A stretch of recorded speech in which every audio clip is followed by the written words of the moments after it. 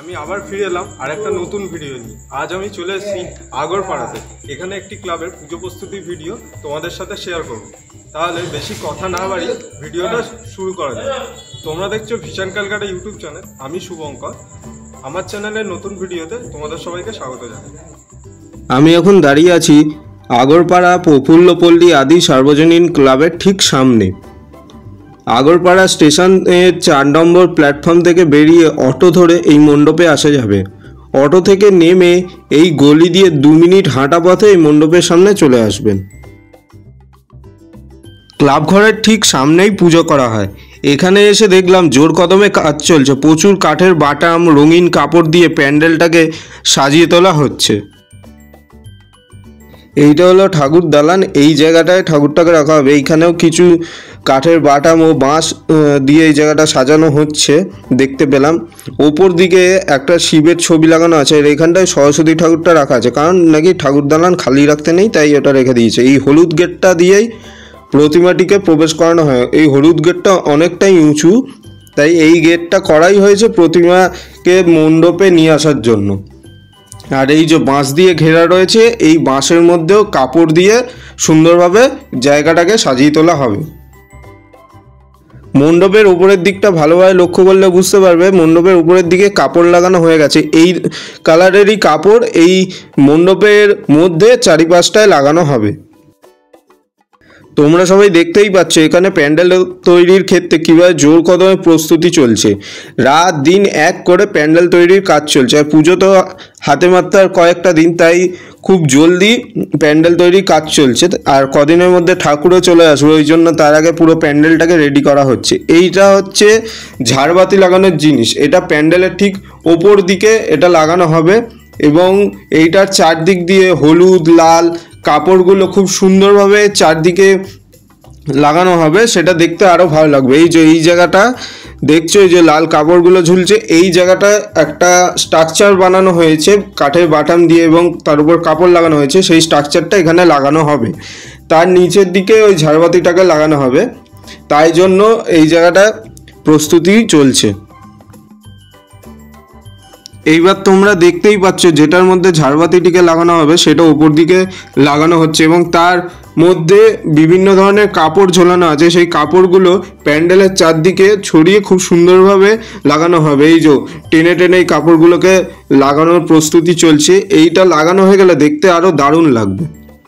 আমি এখন যেই জায়গাটায় দাঁড়িয়ে আছি তার ঠিক উল্টো দিকেই রয়েছে এই দেবালয়টা, যেই জায়গাটা আগে তোমাদের দেখিয়েছিলাম।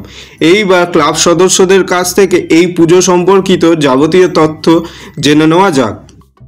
শততলা নিবাসিনী বসু প্রথম সেক্রেটারি হলেন মহিলা এবং তিনি পুজো আরম্ভ করলেন। ঠাকুর নিয়ে আসলেন এবং পটু বাংলাদেশের পরিতোষ পটু সে এসে ঠাকুর তৈরি করলো জীবনদাদের ওই বারান্দায়। 25 বছর যে বছর পুজো হয় সেই বছরে আমরা প্রথম আমাদের পুজো নিরঞ্জন কমিটিতে প্রথম স্থান অধিকার করে এবং প্রতিমাতে আমরা ফার্স্ট হই। হালতুর দলকে ভাড়া করে এখানে যেখানে ফ্ল্যাট আছে সেই ফ্ল্যাটের ওখানে আমরা নিমাই সন্ন্যাস পালা করি এবং সারা রাত সেই পালাতে এই এলাকার আর সমস্ত জনসাধারণ যোগদান করে। পদ্মকুমার পাঠক, যিনি পাঠক বাড়ির পুরোহিত ছিলেন, তিনি সর্বপ্রথম ওখানে একটা বেলগাছের চারা পুঁতে, যেখানে আছে মৃণাল ঘোষ, ওই বাড়ির মালিক হচ্ছেন মৃণাল ঘোষ এবং তার বাড়ির ওইটুকুনি জায়গায় একটা বেলগাছ পুঁতে তখন একত্রিতভাবে ওইটাই আমাদের বোধনতলা হিসেবে পরিগণিত হয় 1950 সালে।